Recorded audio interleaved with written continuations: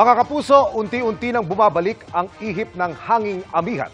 Pero hindi pa gaanong malakas ang bugso nito. At ngayon at hanggang sa extreme northern Luzon lang nakakaapekto. Ang iba pang bahagi ng bansa apektado ng easterlies o yung mainit na hanging galing sa karagatang Pasipiko. Kahit malinsangan ng panahon, hindi pa rin inaalis ang tsansa ng ulan sa ilang lugar. Base yan sa datos ng Metro Weather, kung saan halos maghapon ang ulan sa ilang bahagi ng Cagayan, Isabela at ilang lugar sa Cordillera. Gayun din sa Aurora, Quezon at Mindoro provinces.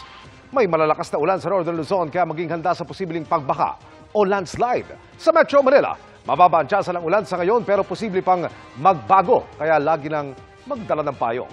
Asahan din ang kalat-kalat na ulan sa Visayas, lalo na sa western at eastern portions. Sa mga taga Mindanao naman, may tsansang umulan sa hapon sa Misamis Occidental, Northern Mindanao, Caraga, Davao Region, pati sa ilang bahagi ng BARMM. Mga kapuso, maging updated sa ulat panahon 24 oras. Mag-subscribe sa GMA Integrated News sa YouTube. Para sa mga kapuso naman natin abroad, bisitahin ang GMA Pinoy TV at www.gmanews.tv.